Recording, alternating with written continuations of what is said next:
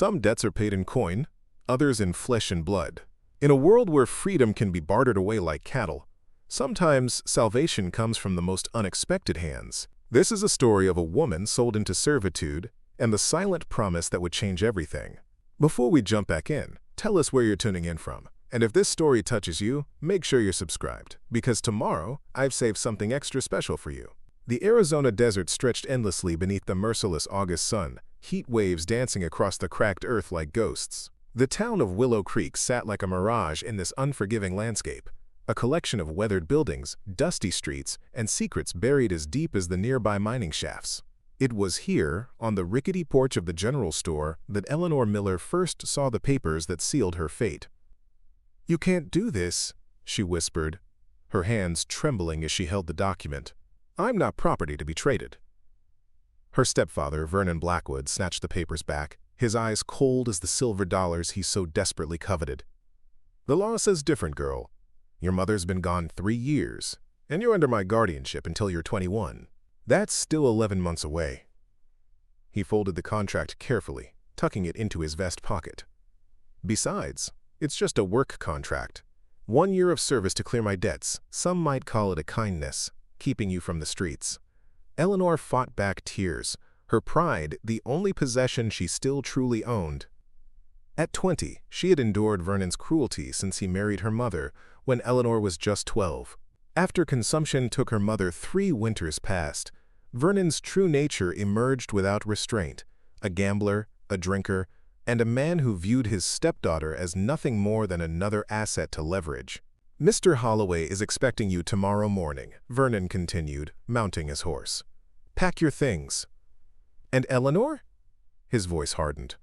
"Don't think about running. Holloway paid good money for that contract. The sheriff would bring you back, and things would be much worse." As Vernon rode away, dust billowing behind him, Eleanor sank onto the store steps, the weight of her situation crushing down upon her shoulders. Holloway Ranch. Everyone knew what happened to young women who worked for Silas Holloway. The ranch was prosperous, yes, but Holloway's reputation was darker than the bottom of a mine shaft. Women hired as housekeepers often disappeared or returned changed, hollow-eyed and silent. "Miss, you all right there?" Eleanor looked up, hastily wiping tears from her cheeks. Mrs. Patterson, the storekeeper's wife, stood in the doorway, concern etched across her weathered face. "I'm fine," Eleanor lied, rising to her feet. "Just the heat." Mrs. Patterson's eyes narrowed. "I saw Vernon with those papers. What's he gone and done now?" The sympathy in the older woman's voice nearly broke Eleanor's composure, but she straightened her shoulders. "Nothing that concerns anyone else. I should go. I have packing to do." The walk home, if the small cabin at the edge of town could be called that, took Eleanor past the saloon where Vernon had likely headed to celebrate his newfound wealth. Through the swinging doors came raucous laughter and piano music, the sounds of people with choices and futures. Choices she no longer had. At the cabin, Eleanor moved mechanically, gathering her meager belongings.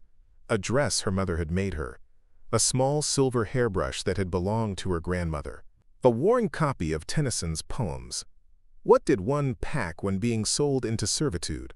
The thought brought a bitter laugh to her lips. As night fell, Eleanor slipped out of the cabin, drawn to the small creek that ran along the edge of town. In the darkness, with only the moon and stars as witnesses, she could finally let the tears come. The water whispered past, unconcerned with human suffering, while crickets sang their endless summer song. "I won't survive this," she whispered to the indifferent creek. "Not Holloway. Everyone knows what he is." The sound of approaching footsteps made Eleanor freeze. She quickly wiped her face, ready to confront Vernon if he'd followed her. But the silhouette that appeared at the edge of the trees wasn't her stepfather's wiry frame. This man was tall, broad-shouldered, his face shadowed beneath a wide-brimmed hat. He stopped when he saw her, and for a moment, they simply regarded each other in silence, a crying woman and a stranger in the moonlight. "I'm sorry," Eleanor said finally, embarrassed to be caught in such a vulnerable moment. "I didn't realize anyone else came here." The man remained still, then slowly removed his hat. In the silvery light, she could see his face, weathered by sun and wind, with eyes that seemed to hold a depth of experience beyond his years, which she guessed to be around 30. A scar ran along his jawline, disappearing into the collar of his shirt. He nodded once in acknowledgement but said nothing. "Not much for conversation?" Eleanor asked, an edge creeping into her voice. "Or just not with crying women?" Again, just a simple gesture. A slight tilt of his head, neither confirming nor denying. "Well, don't worry," she continued, rising to her feet and brushing off her skirt. "I'll leave you to your solitude." As she turned to go, the stranger reached into his pocket and withdrew something that caught the moonlight. He extended his hand toward her, offering what appeared to be a handkerchief, clean and neatly folded. Preparing and narrating this story took us a lot of time, so if you are enjoying it, subscribe to our channel. It means a lot to us. Now back to the story. The simple gesture of kindness, so unexpected, nearly undid her composure again. Eleanor hesitated before accepting it. "Thank you," she said softly. "I'll wash it and find a way to return it." The man shook his head once, a clear indication that no return was necessary. Then, to her surprise, he pulled a small notebook and pencil from his vest pocket. He wrote something quickly and held it out to her. In the moonlight, she could just make out the words. "Are you in trouble?" Eleanor almost laughed. Was she in trouble? Her entire life had become trouble, condensed into a contract signed by a man who had never loved her, selling her to another man whose intentions were far from honorable. "Yes," she admitted, "but it's not something anyone can help with." The stranger wrote again. "Try me." Something about his steady gaze, the calm confidence in his posture, made Eleanor hesitate. This man was a stranger, yes, but there was something in his eyes, a steadiness, a reliability that seemed rare in her experience of men. "My stepfather," she began hesitantly, "he sold my labor contract to Silas Holloway to cover gambling debts. I'm to report to Holloway Ranch tomorrow morning." She lifted her chin. "I know what happens to women at Holloway's, but I have nowhere to run, no family, no money." The stranger's expression darkened at Holloway's name. He wrote again, his pencil moving quickly across the paper. "I know Holloway, bad man." "So I've heard," Eleanor replied dryly. "But Vernon's debts are legal, and so is the contract. The law isn't on my side." The man seemed to consider this, then wrote, "I'm Jackson Cole. Work at the Diamond K Ranch." The Diamond K was the largest ranch in the territory, known for fair treatment of its workers and the integrity of its owner, Samuel Kingsley. This explained the quality of the man's clothes and gear. Simple but well made. "Eleanor Miller," she offered in return. "Though I suppose tomorrow I'll just be Holloway's new girl." Jackson's jaw tightened visibly at her words. He wrote again. "What time tomorrow?" "I'm to be at Holloway Ranch by 9, Eleanor replied, uncertain why he was asking. He nodded once, decisively, then wrote, "Meet me here. Dawn. Bring your things." Eleanor stared at him in confusion. "Why would I do that?" "I don't know you." Jackson considered her question, then wrote carefully, "Because Holloway breaks people, and you don't deserve breaking." The directness of his words struck Eleanor like a physical blow. This stranger had seen what Vernon never had, her humanity, her worth beyond what could be bartered or sold. But what could he possibly do against a legal contract? "Even if I wanted to," she said slowly, "running would make me a criminal. The sheriff would hunt me down, and things would be worse." Jackson shook his head, wrote again, "Not running. Another way." "What other way could there be?" Eleanor asked, frustration edging into her voice. "The contract is signed. The money's been paid." He tapped his pencil against the notebook, seeming to weigh his next words carefully. "Trust me." Two simple words that asked for everything. Trust was a luxury Eleanor had learned to live without. Yet something about this silent stranger made her want to believe that alternatives existed, that her fate wasn't sealed. "Why would you help me?" she asked finally. "What do you want in return?" The question seemed to surprise him. He wrote, "Nothing. Not right what's happening to you." Such a simple statement of morality, so at odds with Eleanor's experience of the world. People didn't help others without expecting something in return. That lesson had been beaten into her through years of disappointment. "I don't understand," she admitted. Jackson looked at her for a long moment, then wrote, "Don't have to understand, just be here. Dawn." With that, he tucked his notebook away, placed his hat back on his head, and gave her a slight nod before turning to leave. Eleanor watched his retreating figure disappear into the darkness, the handkerchief still clutched in her hand, his offer hanging in the night air like the impossible promise of rain in a drought. She remained by the creek for a long time afterward, weighing her options. Meet a stranger at dawn with all her possessions, trusting his cryptic promise of another way. Or report to Holloway as ordered, stepping willingly into what she knew would be a nightmare.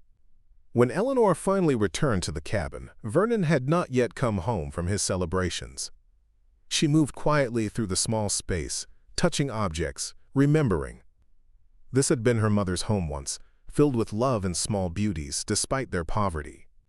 Now it felt like a prison cell from which she was being transferred to a worse confinement. Sleep eluded her that night. Eleanor lay awake, watching moonlight creep across the floor, listening to Vernon's drunken return and his heavy snoring from the other room. By the time the first hint of dawn lightened the eastern sky, she had made her decision. Moving silently, Eleanor gathered her already packed bundle of belongings. She paused at the table to leave a note, not that Vernon deserved one, but because she couldn't bear to disappear without a word, as her father had done when she was just a child. "Gone to Holloway's," she wrote simply. Let Vernon think she had left early, eager to begin her servitude. It might buy her a few hours before anyone realized something was amiss. The morning air was cool as Eleanor slipped through the sleeping town, dew dampening the hem of her dress. She half expected Jackson Cole wouldn't be at the creek, that it had been some cruel joke, or that he had reconsidered in the cold light of day. But as she approached their meeting place, she saw him.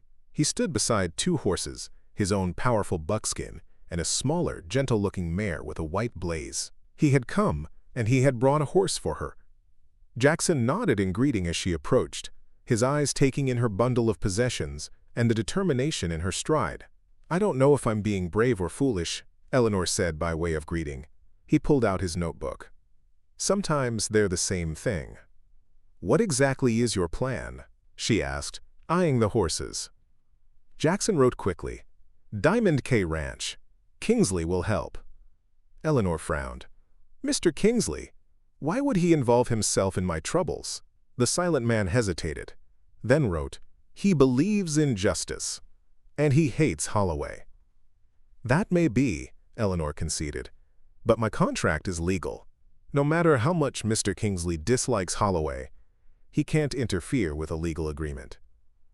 Jackson's expression remained steady as he wrote, "Legal doesn't mean right. Trust Kingsley." Eleanor looked from the man to the waiting horses, the weight of her decision pressing down upon her.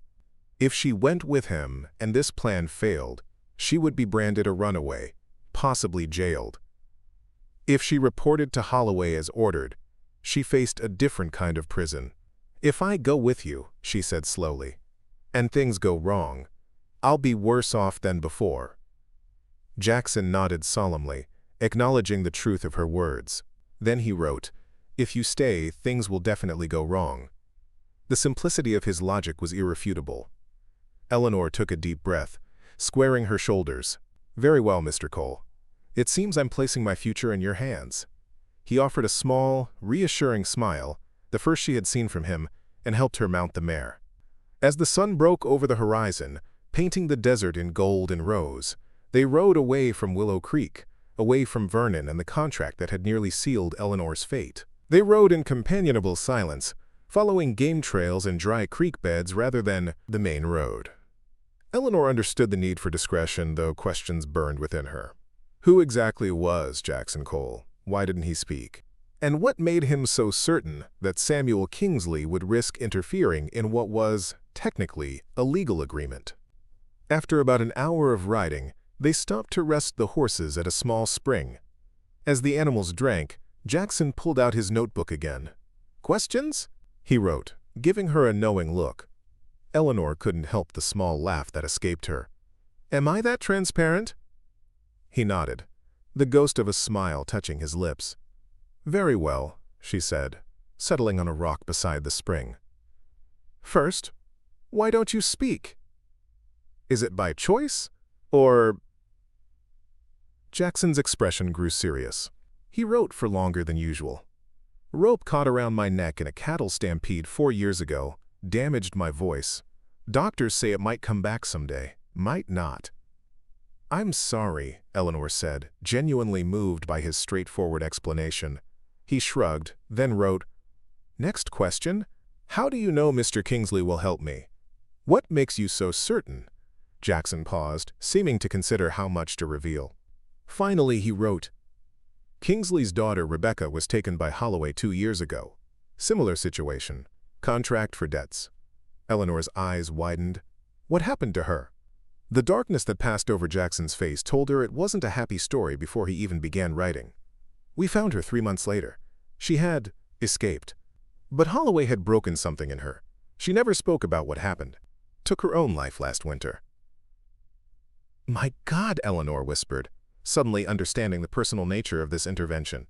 "And Holloway faced no consequences." Jackson shook his head, jaw tight with controlled anger. He wrote, "Contract was legal. Sheriff did nothing. But Kingsley never forgot. Never forgave." The story settled over Eleanor like a heavy blanket. This wasn't just about her. She had unwittingly stepped into a much larger conflict between 2 powerful men. "And you?" she asked quietly.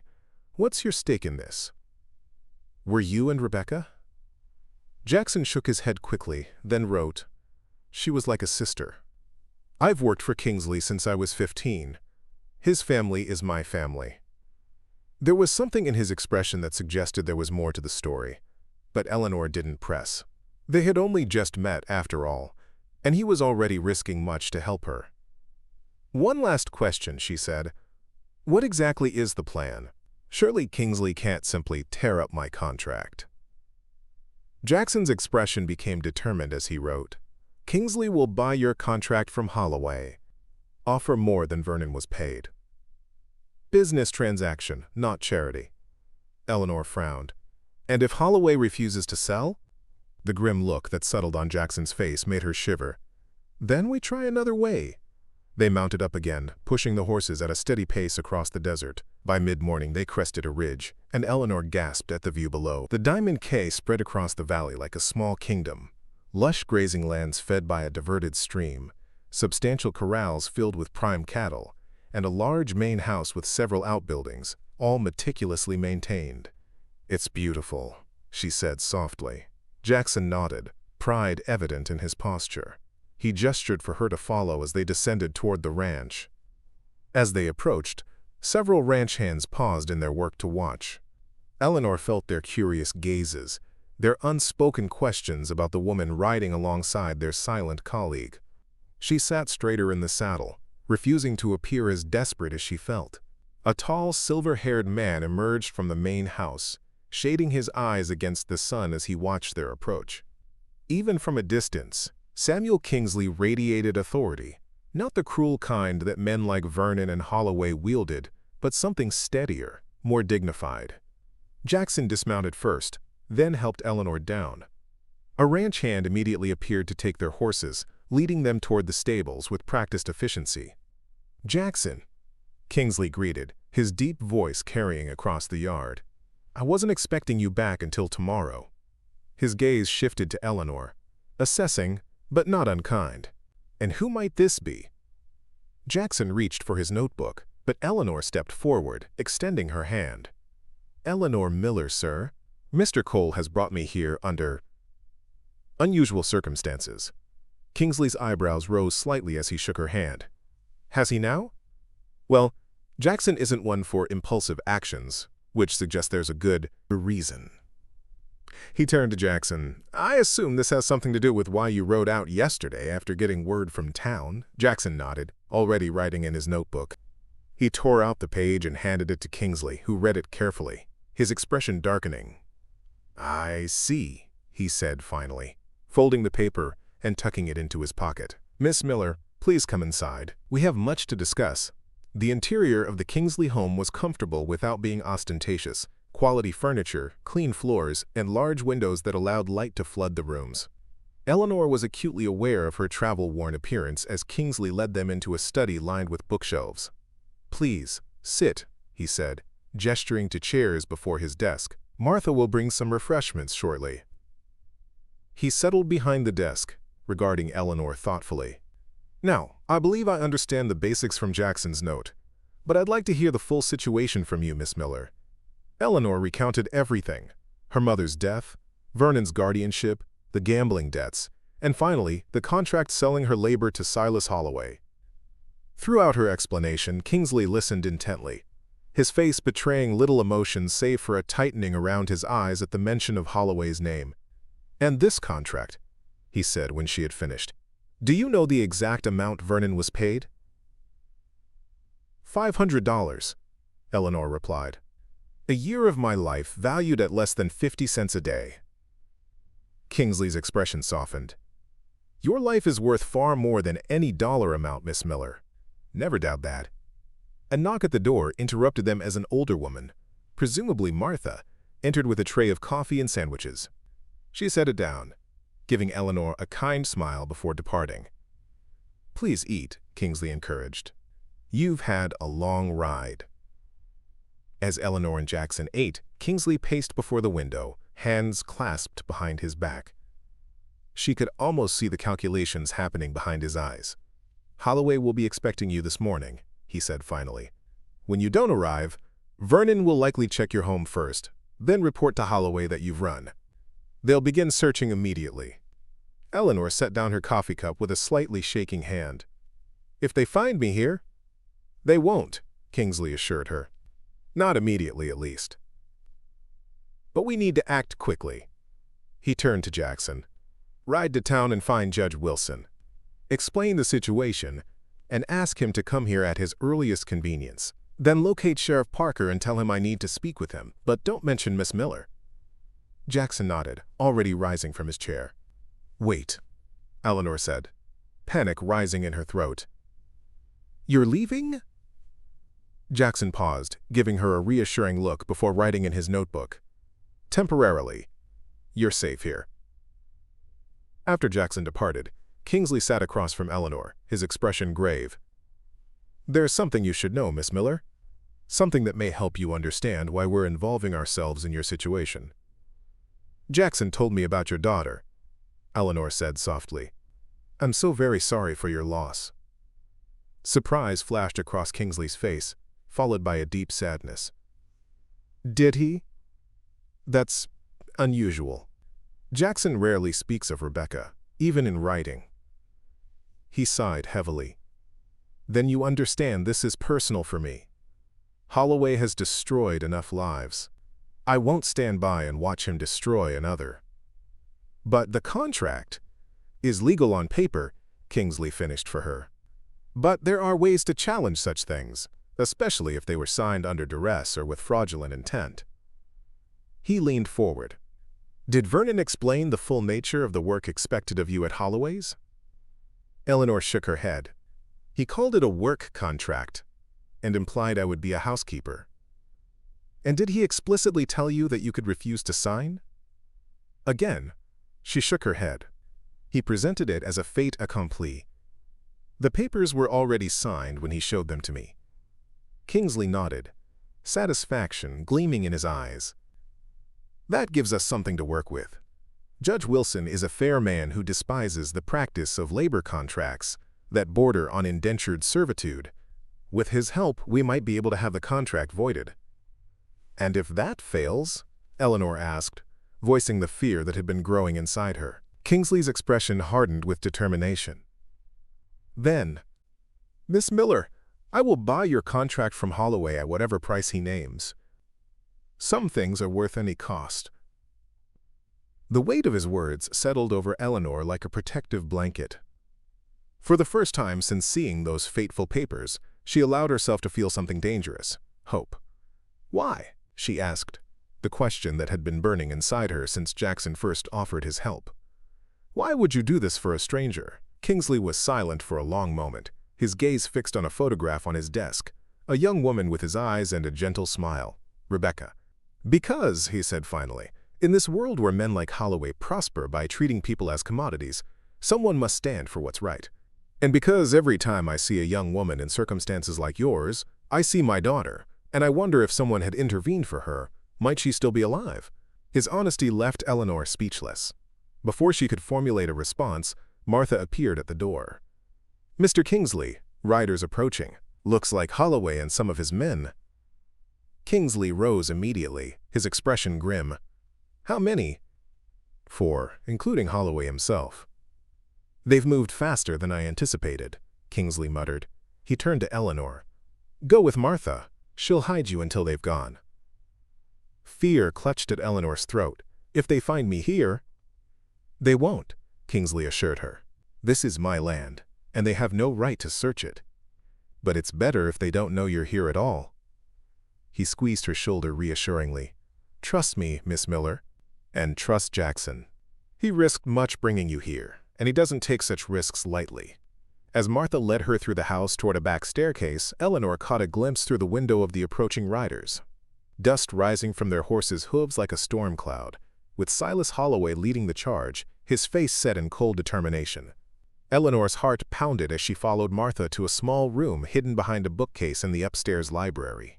The older woman gave her a reassuring pat on the arm before closing the panel, leaving Eleanor alone in the secret space with nothing but her thoughts and the muffled sounds of men's voices from below.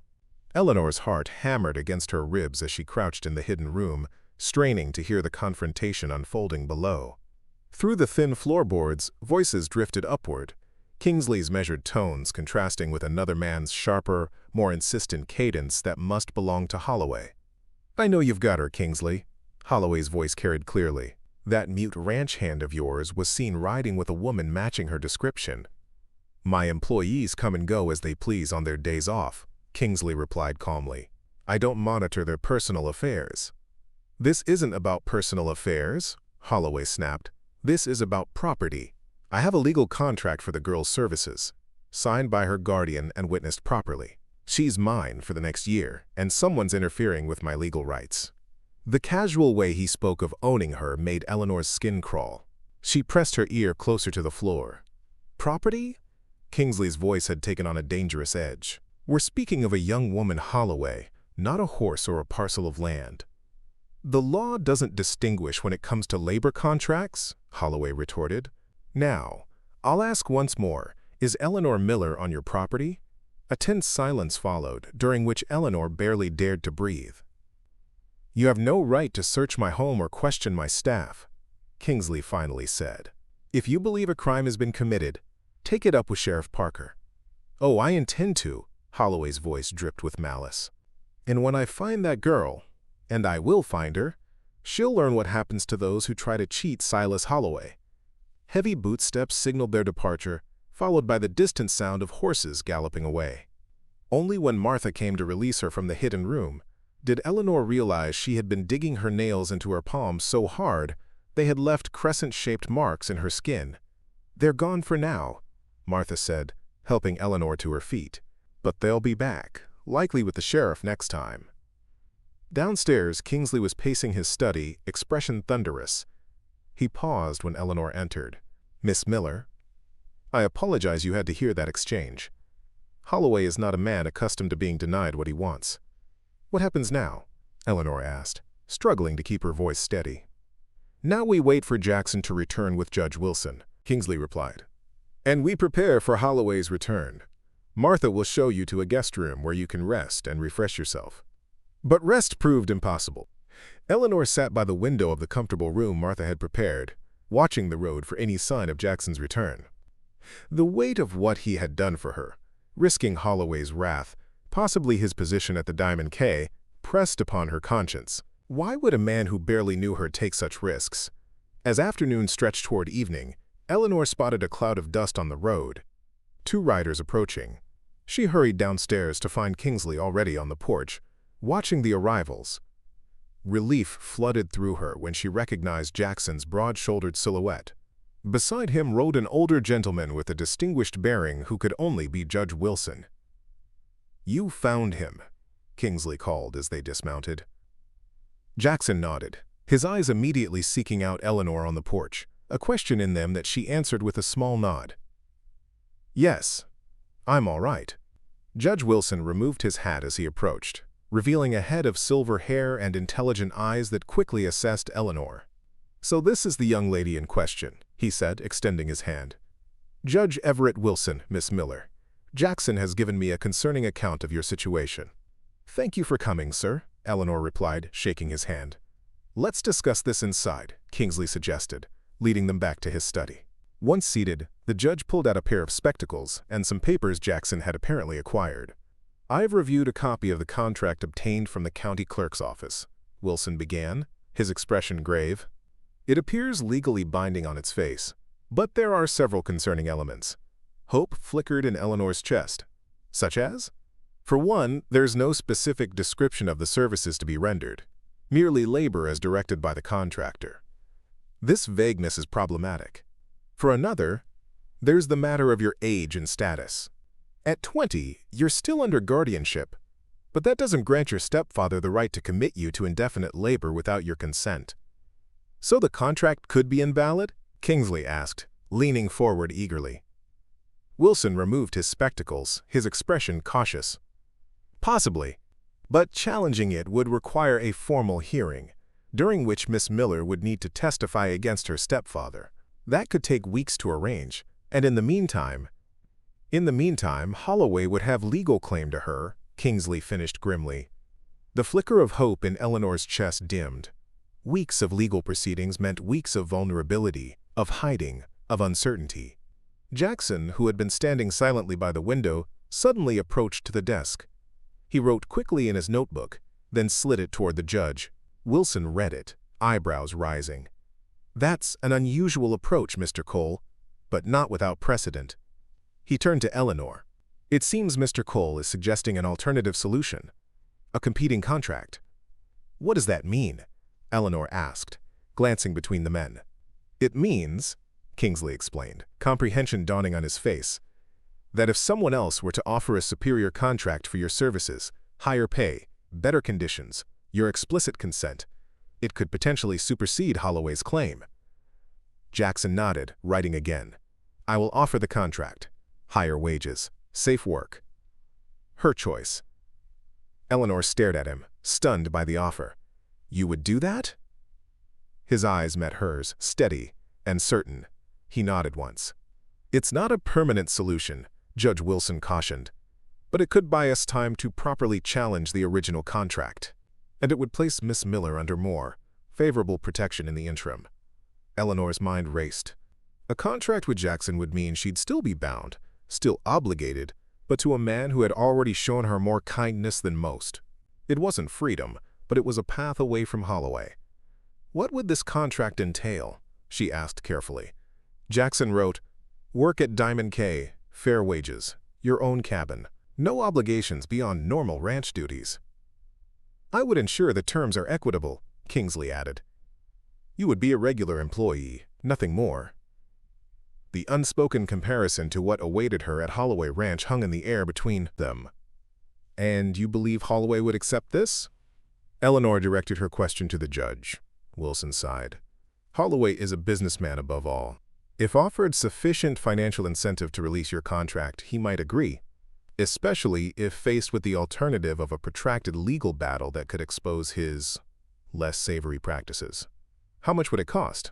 she asked quietly. The men exchanged glances. Finally, Kingsley spoke.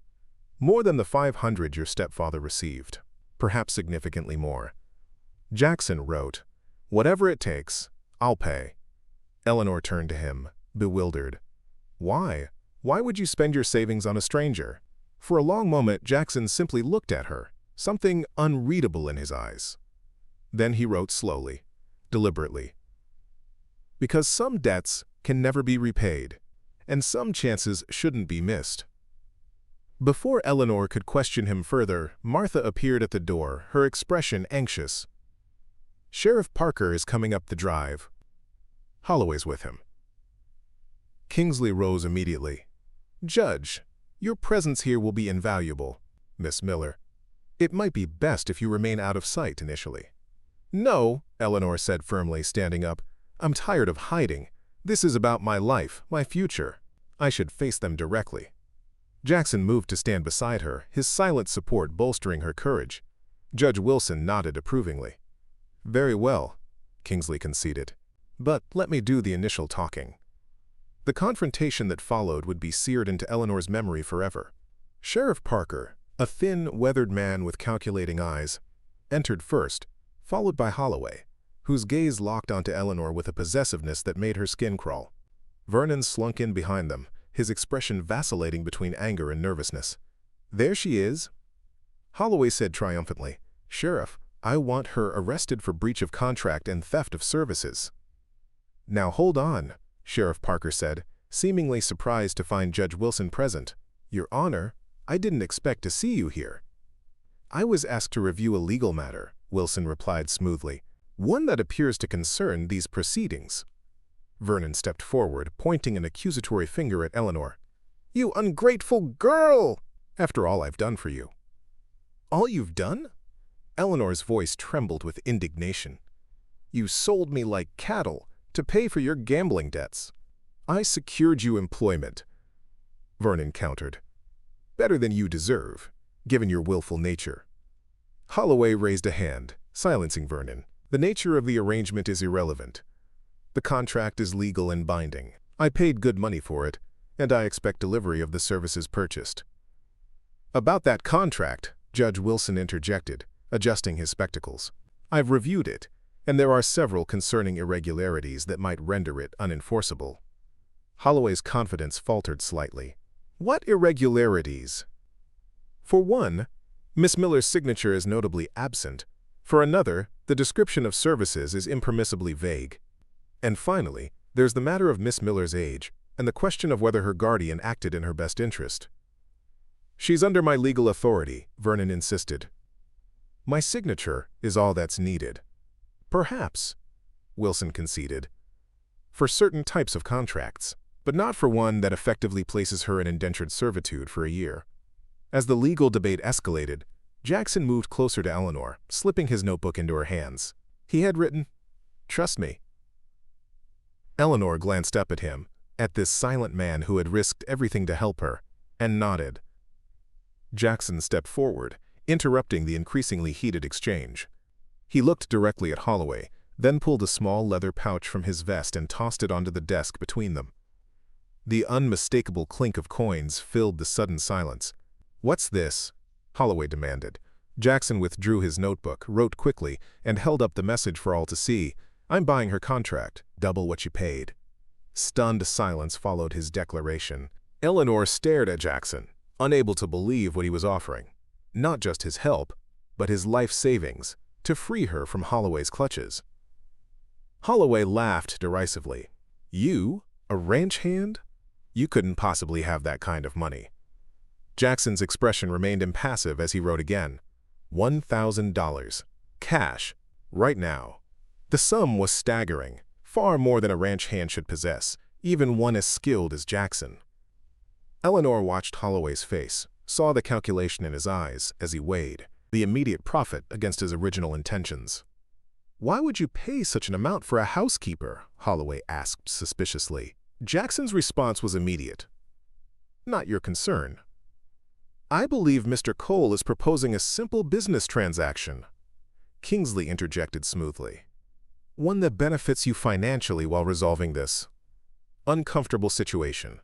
Sheriff Parker, who had been watching the proceedings with increasing discomfort, cleared his throat. Seems a fair offer to me, Holloway. Double your investment without any work on your part. Vernon, sensing the way the wind was blowing, added eagerly. A wise businessman knows when to take profit, Mr. Holloway. Holloway's gaze shifted between the money, Jackson, and Eleanor, his expression darkening. This isn't about business. This is about principle. The girl was contractually obligated to me, and she ran. That requires consequences. The threat in his voice was unmistakable. Eleanor suppressed a shudder but stood her ground. 1,500, Jackson wrote, upping his offer. Final. A tense silence filled the room as Holloway considered. Eleanor held her breath, acutely aware that her future hung in the balance of this man's greed versus his pride.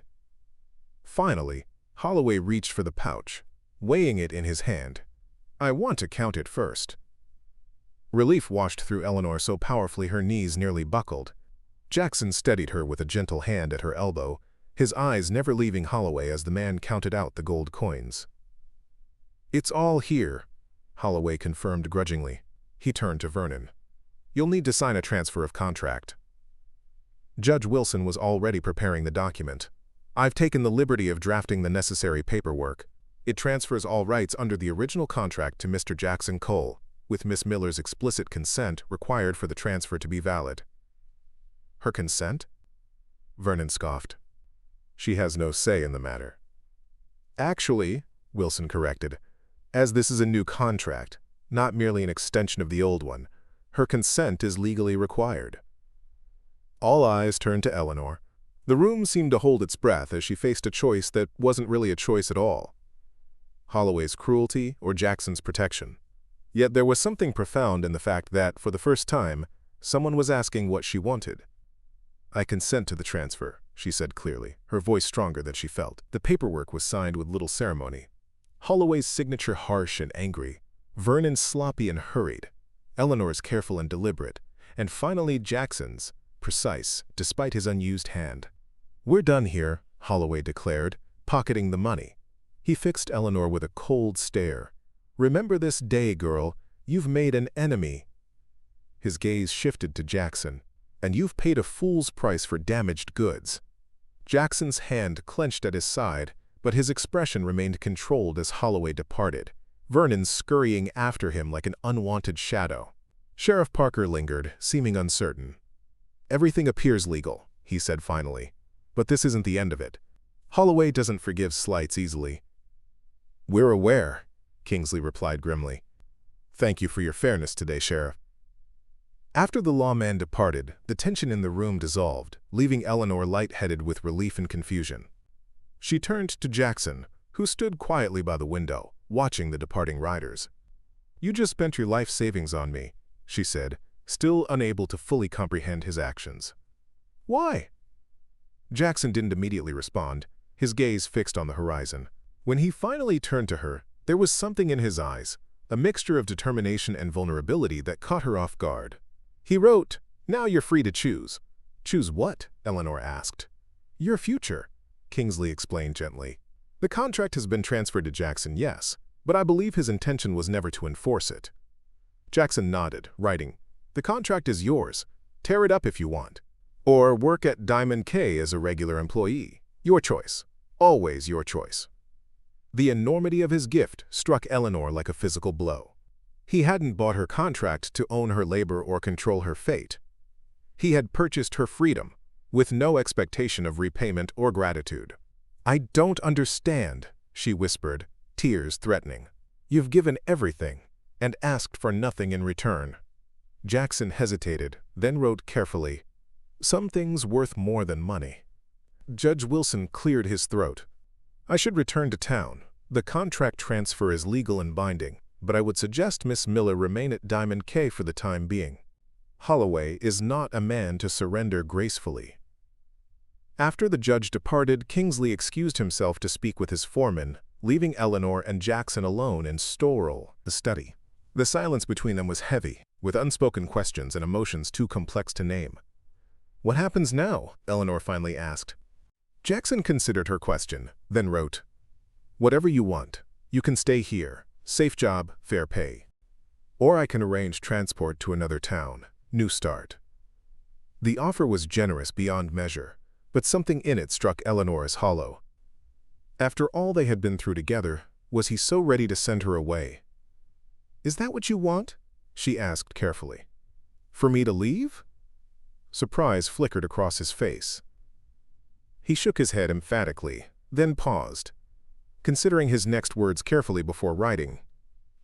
"Want you to stay. But not because you feel obligated. Not because I bought a contract. Because you choose to." The honesty in his statement touched something deep within Eleanor. All her life, choices had been made for her, by her father's abandonment, her mother's death, Vernon's cruelty. Now this silent man with his scarred throat and gentle eyes was offering her something precious beyond measure, agency over her own destiny. "I have nowhere else to go," she admitted. "No family, no friends, no skills beyond keeping house." Jackson wrote, "You have more than you know. Brave, smart, strong. Diamond K could use someone like you." His simple assessment of her character, so at odds with how others had seen her, brought fresh tears to her eyes. "You barely know me." He shook his head, a small smile touching his lips as he wrote, "Know enough. Saw you ready to face Holloway rather than run. Saw you stand up to Vernon. Courage shows character." Eleanor turned away, overwhelmed by emotions she couldn't name. Through the window, she could see the Diamond K spread out before her, the grazing cattle, the busy ranch hands, the sturdy buildings. A place where she might belong, if she chose it. "If I stay," she said slowly, "I want to work. Real work, not charity. I want to earn my place here." Jackson nodded, respect evident in his expression. He wrote, "Martha needs help with the house. Cook needs an assistant. Or you could learn ranch work if you prefer." The options, real tangible possibilities for a future she could build with her own hands, spread before Eleanor like a feast after famine. "I'd like to start in the house," she decided, "with Martha. But perhaps I could learn other things too in time." Jackson's smile widened, reaching his eyes in a way that transformed his face. He wrote, "Diamond K is a place for learning, for new beginnings." As the sun began to set, painting the ranch in gold and amber hues, Eleanor felt something she hadn't experienced in years. Hope, not just for survival, but for a life worth living. A life she was choosing for herself. Martha appeared in the doorway, announcing that dinner would be served soon. As they followed her toward the dining room, Eleanor found herself walking beside Jackson, their steps falling naturally in rhythm. "Thank you," she said softly, "not just for the money, but for believing I was worth saving." Jackson paused, considering her words carefully before writing. Not saving. Freeing. Different thing entirely. And in that moment, Eleanor understood the profound truth of what he had done. He hadn't rescued her like some helpless damsel. He had simply removed the barriers that prevented her from rescuing herself. That night, in a clean bed in a safe room, Eleanor dreamt not of escape or fear, but of possibility. Of a future she was, for the first time, free to choose. Days at Diamond K slipped into weeks, each sunrise bringing new lessons for Eleanor as she carved out a place for herself. The vast ranch operated like a small, self-sufficient kingdom, everyone with their purpose, their skills contributing to the greater whole. Under Martha's patient guidance, Eleanor learned the rhythms of the main house, the preferences of the ranch hands when it came to meals, the small touches that transformed a building into a home. "You've got a natural talent for this," Martha observed one morning as they prepared breakfast for the 20 men who worked the ranch. "Most city girls take months to adjust to ranch life."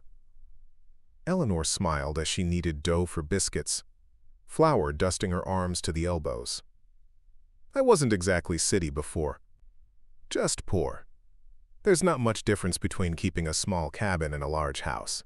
Just more of everything." Martha chuckled, sliding another tray of biscuits into the oven. "Well, Mr. Kingsley has noticed your work. Says the place hasn't run this smoothly since his wife was alive." The casual praise warmed Eleanor more than she expected. To be valued for her work rather than her appearance or perceived obedience was still a novel experience. "And the men have noticed too," Martha added with a knowing glance. "Especially one particular man who doesn't say much." Heat rose to Eleanor's cheeks. "Jackson is a friend. He saved me from Holloway, that's all." Martha's expression turned serious. "Men don't spend their life savings on just friends, child. That boy may not speak with his voice, but his actions shout loud enough for anyone with ears to hear." Eleanor focused intently on the dough beneath her hands. She couldn't deny that Jackson's presence had become a constant she looked forward to each day.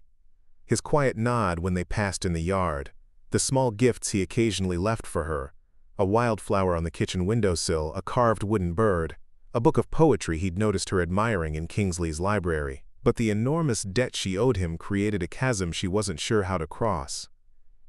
Even if there were feelings, Eleanor said carefully, how could anything come of it? I can never repay what he's done for me. I'd always be the woman he purchased, even if he tore up the contract. Martha clicked her tongue disapprovingly. That's foolish thinking.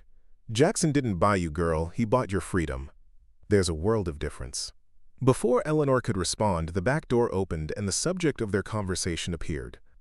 Jackson nodded a greeting, his eyes lingering on Eleanor for a moment before he turned to Martha, holding up a note. What's this? Martha took the paper, reading quickly. Mr. Kingsley wants Miss Eleanor to join him for the morning ride? She looked between them, eyebrows raised. Well, isn't that interesting? Eleanor wiped her hands on her apron, confused. Me? But I've only been on a horse once when Jackson brought me here. Jackson's eyes crinkled at the corners, amusement evident as he wrote in his ever-present notebook. Time to learn. Kingsley's orders. But breakfast. I can manage breakfast, Martha interrupted, already untying Eleanor's apron. Go on. A young woman should know how to ride if she's going to live on a ranch.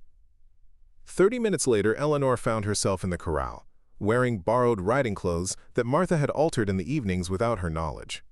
Kingsley and Jackson waited patiently as the ranch's horsemaster helped her mount the same gentle mare she'd ridden from Willow Creek. Buttercup remembers you, Kingsley observed as the horse nickered softly. Jackson chose well for your first mount. She's steady as they come. Eleanor gripped the saddle horn nervously. I'm not sure why you want me along this morning, Mr. Kingsley.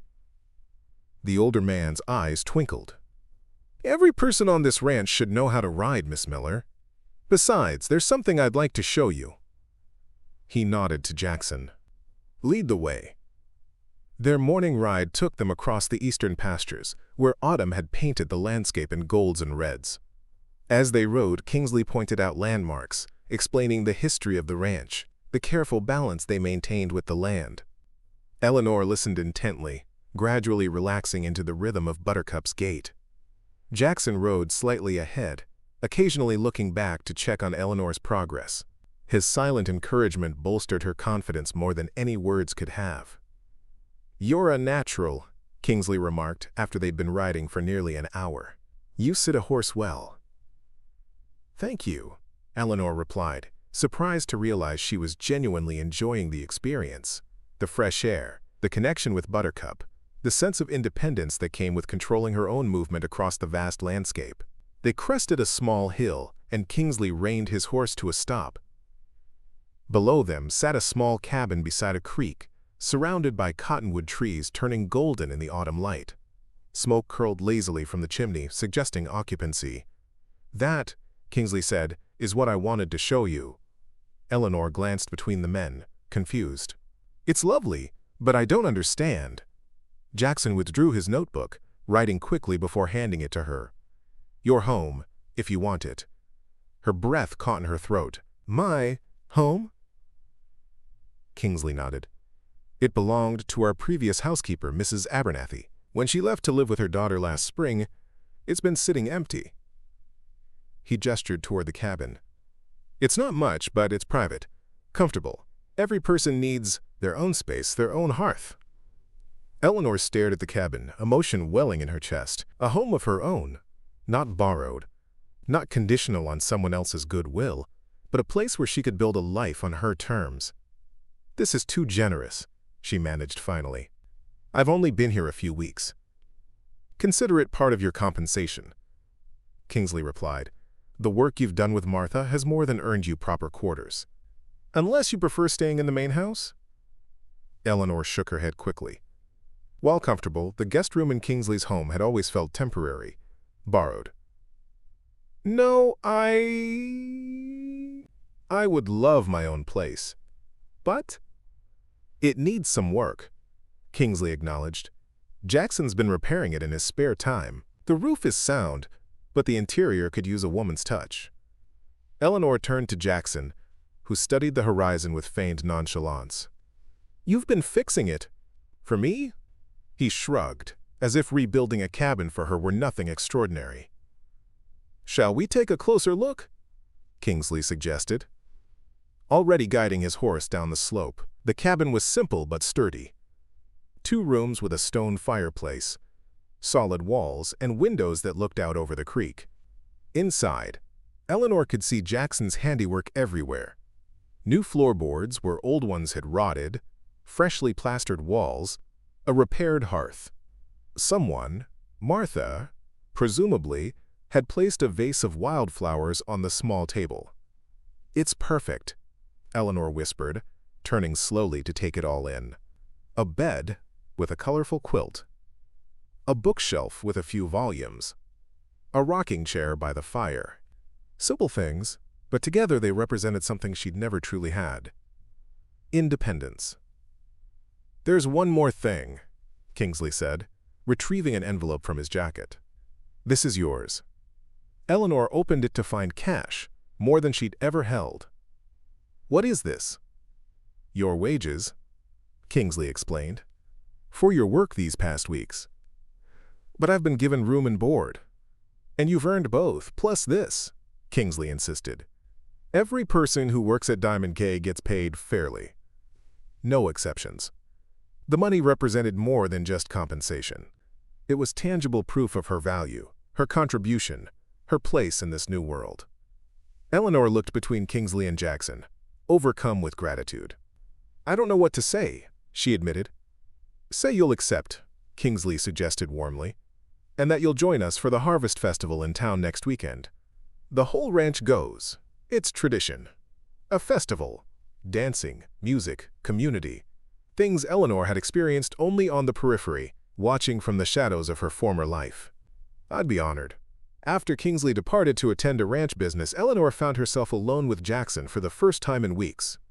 He lingered on the porch of what was now her cabin, his posture suggesting he had something to say but wasn't sure how to begin. "Thank you," Eleanor said, breaking the silence. "For all of this.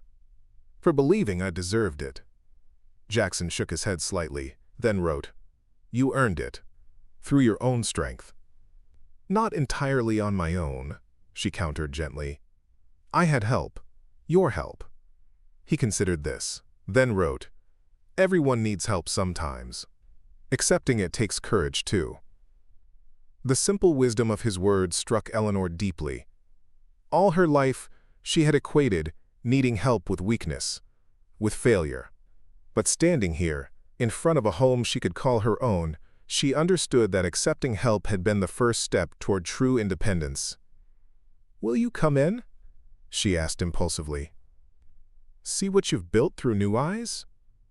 Jackson hesitated, then nodded, following her inside.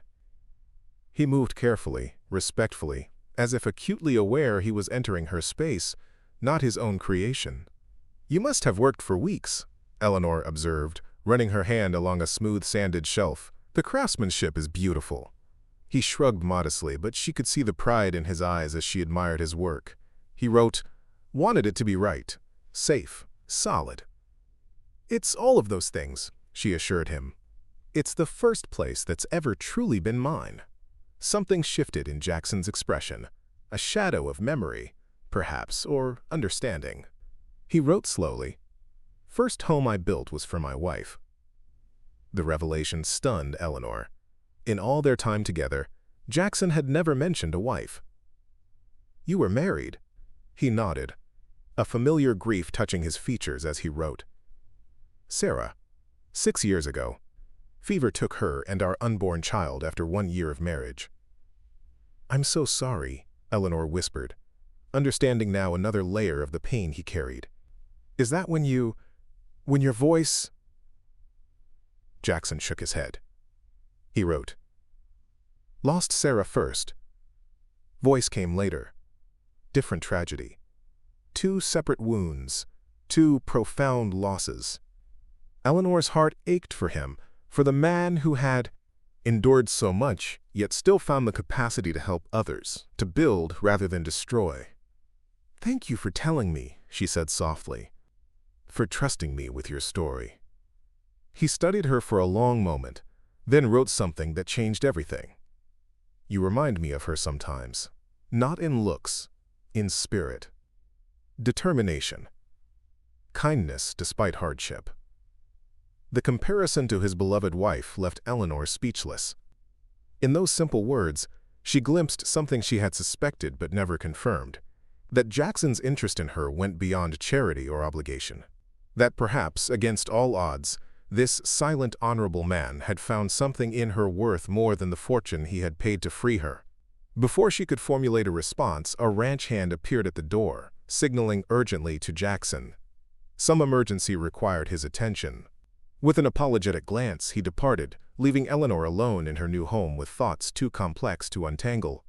The week leading up to the Harvest Festival passed in a flurry of activity.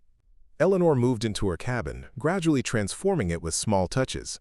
Wildflowers in mason jars, curtains sewn from fabric Martha had given her, a collection of interesting stones found along the creek.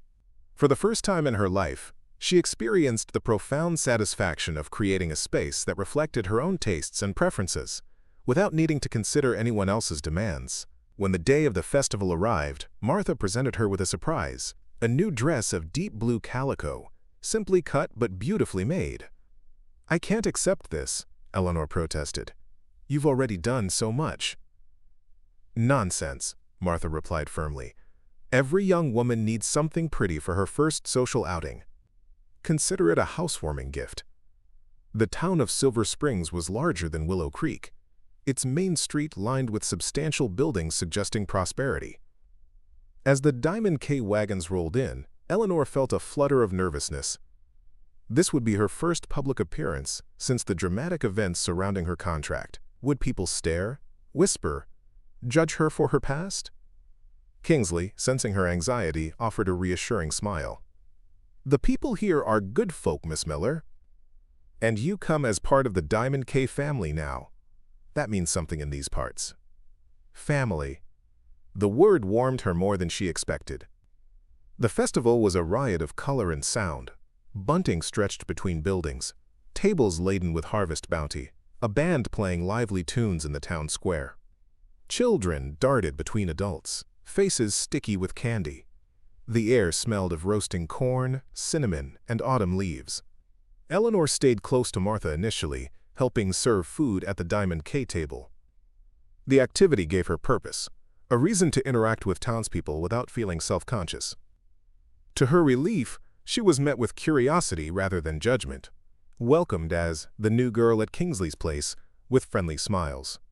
As afternoon turned to evening, lanterns were lit around the square, and the band struck up dancing tunes. Young couples took to the makeshift dance floor, their movements creating patterns as intricate as autumn leaves swirling in the wind. "You should join them," Martha encouraged, noticing Eleanor watching the dancers. "Oh no," she demurred. "I don't really know how."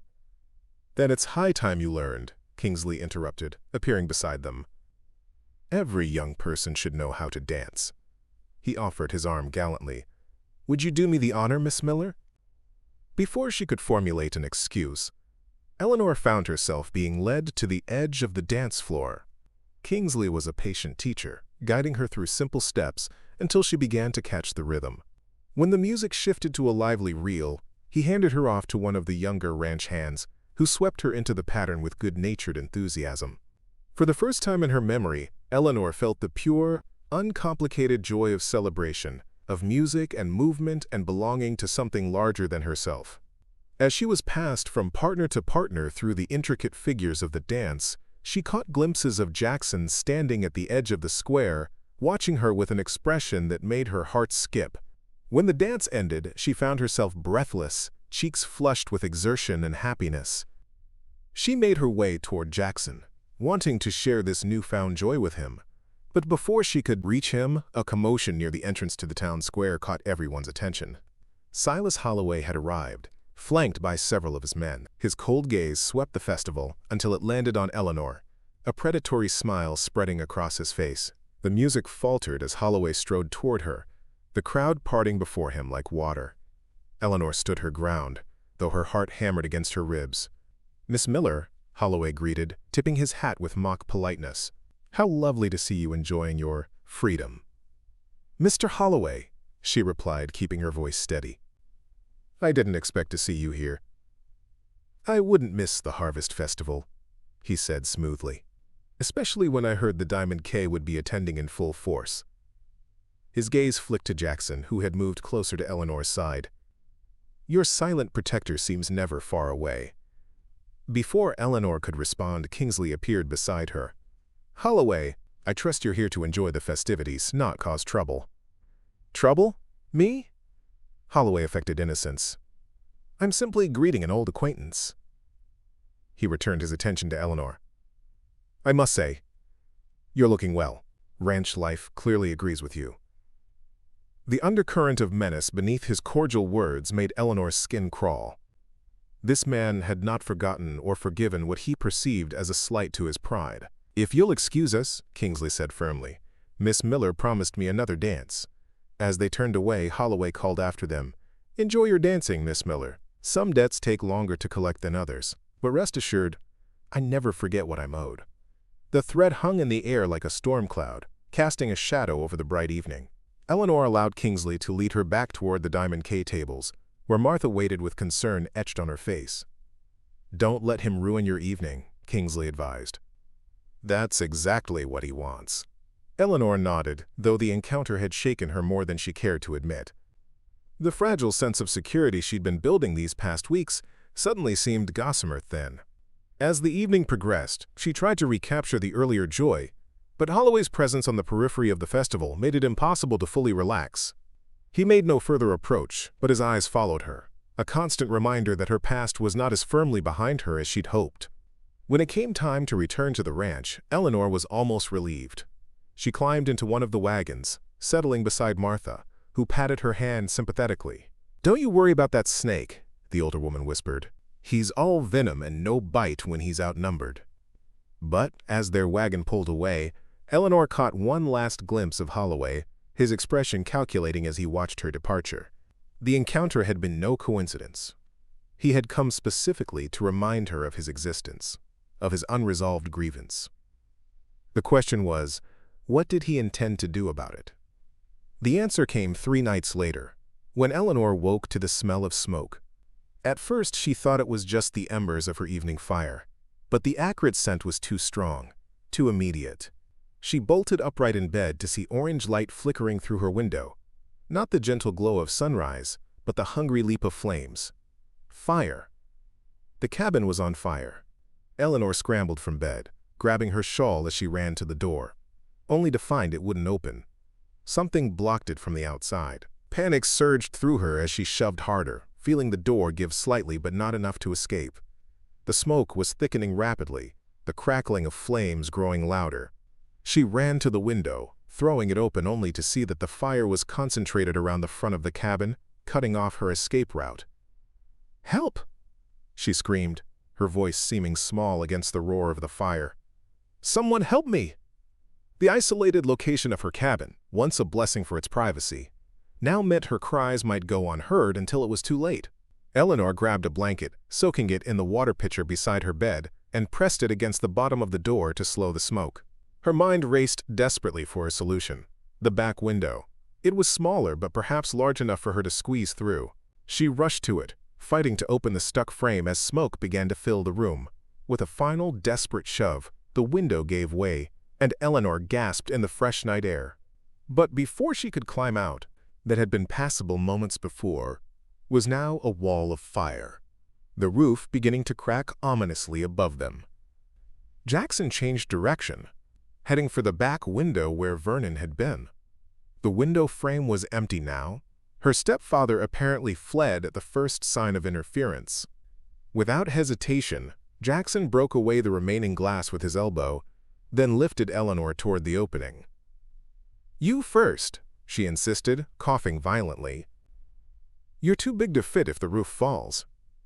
He shook his head firmly, lifting her higher until she had no choice but to climb through. The moment her feet touched the ground outside, she turned back, reaching for him. "Come on!" Jackson was halfway through the window when a terrible groaning sound came from above.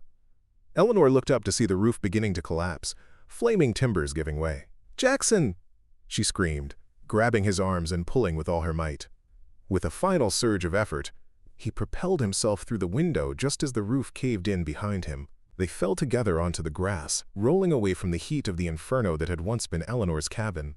For several moments they simply lay there, gasping for breath, Jackson's body partially covering hers as if still shielding her from danger. When Eleanor finally found the strength to move, she turned toward him, her hands frantically checking for injuries. "Are you hurt?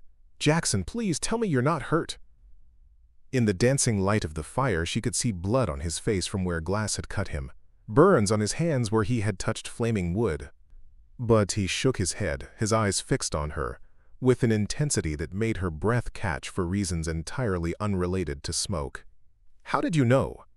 she asked, voice raw from shouting and smoke. "How did you know I was in danger?" Jackson gestured toward the main ranch, then mimed looking through a window. "You saw the fire from your room?" Eleanor guessed. He nodded, then made a motion like running. "You ran all the way here," she translated, awe and gratitude washing through her. "You saved my life." The sound of hoofbeats announced the arrival of others from the ranch, Kingsley in the lead, followed by several hands carrying buckets and shovels.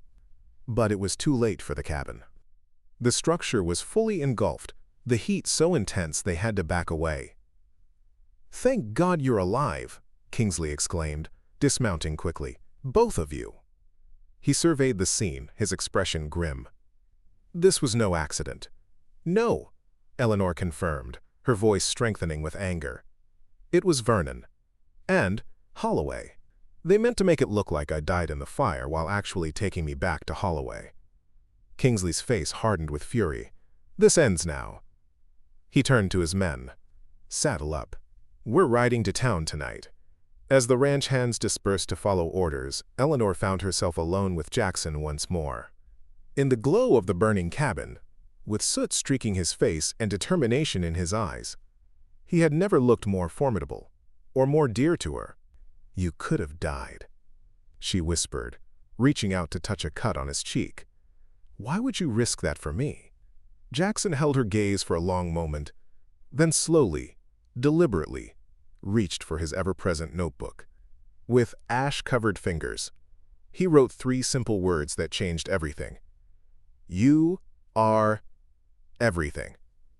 The fire continued to burn behind them, consuming Eleanor's first true home. But as she read those words, as she looked into the eyes of the man who had risked his life to save hers, she understood with sudden clarity that home wasn't the cabin or its contents. Home was this, the feeling of absolute certainty that she belonged somewhere, with someone who saw her true worth. Someone who would walk through fire to reach her, not out of obligation or contract, but out of that most elemental human need, love. "Jackson," Eleanor said, her voice steady despite the tears streaming down her smoke-stained cheeks. "If I am everything to you, then know this, you are everything to me as well."